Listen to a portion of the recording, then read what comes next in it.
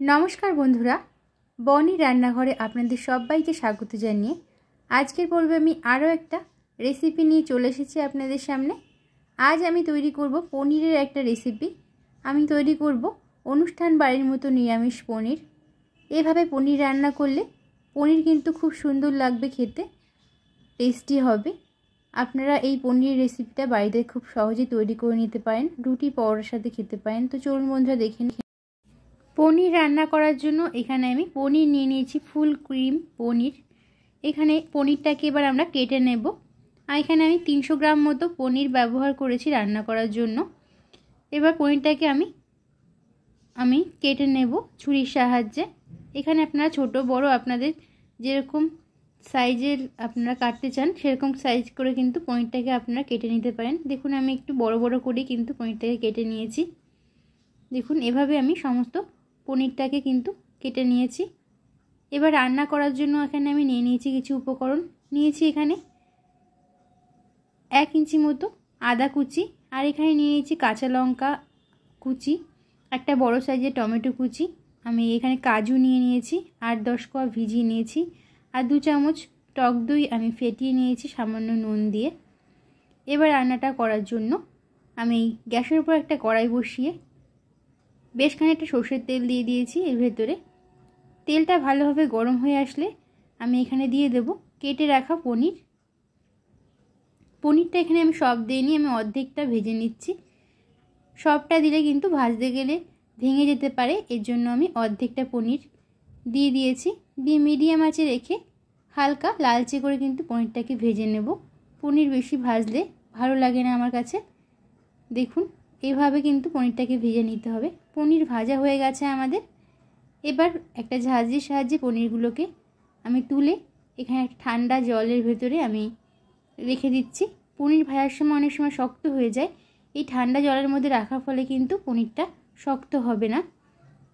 আবার ওই বাদবাকি তেলের ভেতরেই আমি আরও যে পনিরগুলো আছে এইগুলোকে ঠিক একইভাবে ভেজে নেব। দেখুন ভাজা হয়ে গেছে, এগুলোকেও আমি ঠিক একইভাবে জলের ভেতরে আমি দিয়ে দিচ্ছি পনিরগুলোকে। এবার এর ভেতরে আমি সামান্য একটু নুন দিয়ে দিচ্ছি। নুন দিয়ে পনিরের ভেতরে মিশিয়ে রাখলে কিন্তু এভাবে পনিরের ভেতরে নুনটা ভালোভাবে ঢোকে আর পনিরগুলো খেতে খুব সুন্দর লাগে। দেখুন এভাবে ভিজিয়ে রাখবো পনিরটাকে। এদিকে আমি এখানে কাজু যেই ভিজিয়ে রেখেছিলাম ভেজানো কাজুগুলোকে আমি সামান্য জল দিয়ে পেস্ট করে নিয়েছি। এবার একটা বাটিতে আমি ঢেলে নিয়েছি। এবার এই মিক্সিং জারের ভেতরেই আমি যে টমেটোটা আমি কুচি করে রেখেছিলাম টমেটোটাকেও এবার মিহি করে পেস্ট করে নেব। এবার এই কড়াইতে আমি আর কিছুটা সর্ষের তেল দিয়ে রান্নার জন্য ফোড়ন হিসাবে আমি হাফ চামচ গোটা জিরে দিয়েছি, দারচিনি 3টে স্টিক দিয়েছি, একটা ফাটিয়ে নেওয়া এলাচ দিয়ে দিয়েছি ফোড়নের জন্য। এবার গ্যাসের ফ্লেমটাকে লোতে রেখে আমি সমস্ত ফোড়নগুলো কয়েক সেকেন্ড ভালোভাবে নাড়াচাড়া করে ভেজে নেব যতক্ষণ না ফোড়ন থেকে সুন্দর একটা গন্ধ বার হয়। ফোড়নটা ভাজা হয়ে গেছে, এই পর্যায়ে আমরা দিয়ে দেব কুচিয়ে রাখা আদাটা দিয়ে ভালোভাবে নাড়াচাড়া করে নিয়ে এর ভেতরে দিয়ে দেব আমি যে লঙ্কাটা কুচিয়ে রেখেছিলাম লঙ্কাটা এখানে দিয়ে দিয়েছি। গ্যাসের ফ্লেমটা কিন্তু এই সময় একদম লোতে রেখে দিয়েছি, না হলে এগুলো পুড়ে যেতে পারে। দিয়ে ভালোভাবে নাড়াচাড়া করে মিনিট খানেক তারপর এখানে দিয়ে দিয়েছি কাশ্মীরি রেড চিলি পাউডার। এতে কিন্তু কোনো ঝাল হয় না, শুধু কালারের জন্য এটা ব্যবহার করা হয়। এবার দিয়ে দেবো এখানে গুঁড়ো মশলা, ধনের গুঁড়ো, জিরের গুঁড়ো 1 চামচ, ধনের গুঁড়ো 1 চামচ আর হলুদ গুঁড়ো 1 চামচ। এবার সমস্ত মশলাকে নাড়াচাড়া করে মিশিয়ে নেব মিনিট 2। এখানে আপনারা অনবরত নাড়াচাড়া করবেন, না হলে মশলাটা পুড়ে গেলে তরকারিটা একদম ভালো লাগবে না। কষানোর সুবিধার্থে আপনারা হালকা জলও ব্যবহার করতে পারেন। এখানে আমি মিনিট 2 এভাবে লো আঁচে নাড়াচাড়া করার পর এখানে দিয়ে দিয়েছি পেস্ট করে নেওয়া টমেটো। সামান্য একটু জল দিয়ে এবার সমস্ত মশলাটাকে কষিয়ে নেব যতক্ষণ না মশলার কাঁচা গন্ধ যায় আর মশলা থেকে তেল ছাড়তে শুরু করে। আমি এখানে দিয়ে দেব স্বাদ মতো নুন, আর এখানে দিয়ে দেব চিনি, সামান্য এখানে চিনি দিয়ে দিয়েছি। চিনি দিলে কিন্তু খেতে খুব সুন্দর লাগে, ঝাল মিষ্টির ব্যালেন্সটা আসে। এবার সমস্ত মশলাটাকে কষিয়ে নিচ্ছি। মশলা যত কষানো ভালো হবে তত কিন্তু রান্নার খেতে ভালো হবে। দেখুন মশলা কিন্তু তেল ছাড়তে শুরু করে দিয়েছে, কাঁচা গন্ধটা এই পর্যায়ে নেই। তার মানে মশলা কিন্তু আমাদের কষানো হয়ে গেছে একেবারে। এবার আমরা এখানে দিয়ে দেব যে কাজুটা আমি বেটে রেখেছিলাম, কাজু বাটাটা এখানে দিয়ে দিয়েছি। দিয়ে এবার সমস্ত মশলার সাথে ভালোভাবে মিশিয়ে নেব। গ্যাসের ফ্লেমটা কিন্তু এই সময় একদম লোতে রাখতে হবে, না হলে কাজু দেওয়ার পর যদি নিচে লেগে যায় কড়াইতে তাহলে কিন্তু একদম খেতে ভালো লাগবে না তরকারিটা।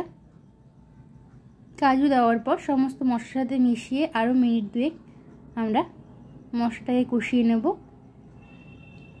দেখুন এভাবে অনবরত নাড়াচাড়া করে যেতে হবে, নাহলে কাজু দেওয়ার পর অনেকটা নিচের দিকে লেগে যায় কড়াইয়ের। দেখুন মশলাতে কিন্তু আবার তেল ছাড়তে শুরু করে দিয়েছে। এরকম মশলাটা তেল ছাড়তে শুরু করলে এই পর্যায়ে দিয়ে দেবো ফেটিয়ে নেওয়া টক দই। আমি 2 চামচ টক দইকে আমি সামান্য নুন দিয়ে ফেটিয়ে রেখেছিলাম। টক দই দেওয়ার পর গ্যাসের ফ্লেমটা কিন্তু লোতেই আমার রাখতে হবে, না হলে এখানে টক দইটা এখানে কেটে যেতে পারে, এর জন্য। এবার সমস্ত দইয়ের সাথে মশলাটাকে ভালোভাবে মিশিয়ে নেব এখানে। দেখুন এভাবে ভালোভাবে মিশিয়ে নিয়ে সমস্ত মশলাটাকে আবার কষিয়ে নিতে হবে। আমি আরও 3 মিনিট ধরে এই মশলাটাকে কষিয়ে নিয়েছি। এই পর্যায়ে কিন্তু আমাদের মশলাটা একদম তৈরি হয়ে গেছে। দেখুন মশলা থেকে তেল ছাড়তে শুরু করে দিয়েছে। মশলাটা এরকম অবস্থায় আসলে বুঝবেন একদম ভালোভাবে মশলাটা কষানো হয়ে গেছে। দেখুন এবার আমরা এর ভেতরে দিয়ে দেব কাসুরি মেথি 1 চামচ মতো। এই কস্তুরি মেথিটা দিলে কিন্তু এর গন্ধটা খুব সুন্দর হয়, এর জন্য দিয়ে দিয়েছি। তবে আপনাদের কাছে যদি কস্তুরি মেথি না থাকে তাহলে কিন্তু আপনারা নাও দিতে পারেন কস্তুরি মেথিটা। এবার এর ভেতরে দিয়ে দেব, মশলাটা কিন্তু ভালোভাবে কষানো হয়ে গেছে। এবার পনিরটা এখানে দিয়ে দিয়েছি, আর পনির এই যে জলটা ছিল এই জলটাও আমি এখানে দিয়ে দিয়েছি রান্নার ভেতরে, পনিরটা রান্না হওয়ার জন্য। এবার সমস্ত কিছু ভালোভাবে নাড়াচাড়া করে মিশিয়ে নিয়ে মিডিয়াম আঁচে রেখে আমি ঝোলটাকে আমরা ফুটিয়ে নেব প্রায় মিনিট 5 ধরে। ঢাকা দেব না, তাহলে কিন্তু পনিরটা ভেঙে যেতে পারে। প্রায় মিনিট 6 রান্না করে নিয়েছি আমি মিডিয়াম আঁচে রেখে। দেখুন অনেকটাই কিন্তু ঝোলটা কমে এসছে, গাঢ় গাঢ় হয়ে এসেছে। এবার আমি এখানে দিয়ে দিয়েছি 1/2 চামচ মতো গোলমরিচ গুঁড়ো, আর 1/2 চামচ মতো গরম মশলার গুঁড়ো, আর 1 চামচ মতো ঘি। আমার রান্নাটা কিন্তু এই পর্যায়ে হয়ে গেছে।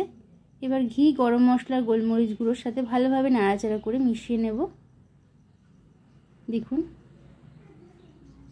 কতটা সুন্দর দেখতে হয়েছে রেসিপিটা।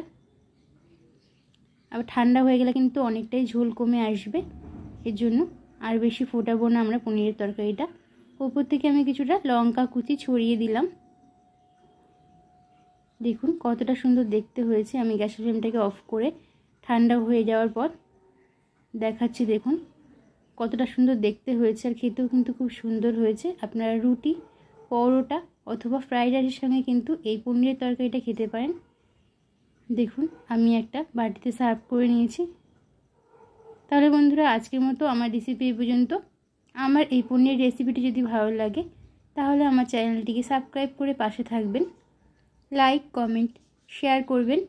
আবার দেখা হবে অন্য কোনো নতুন ভিডিওতে। ধন্যবাদ।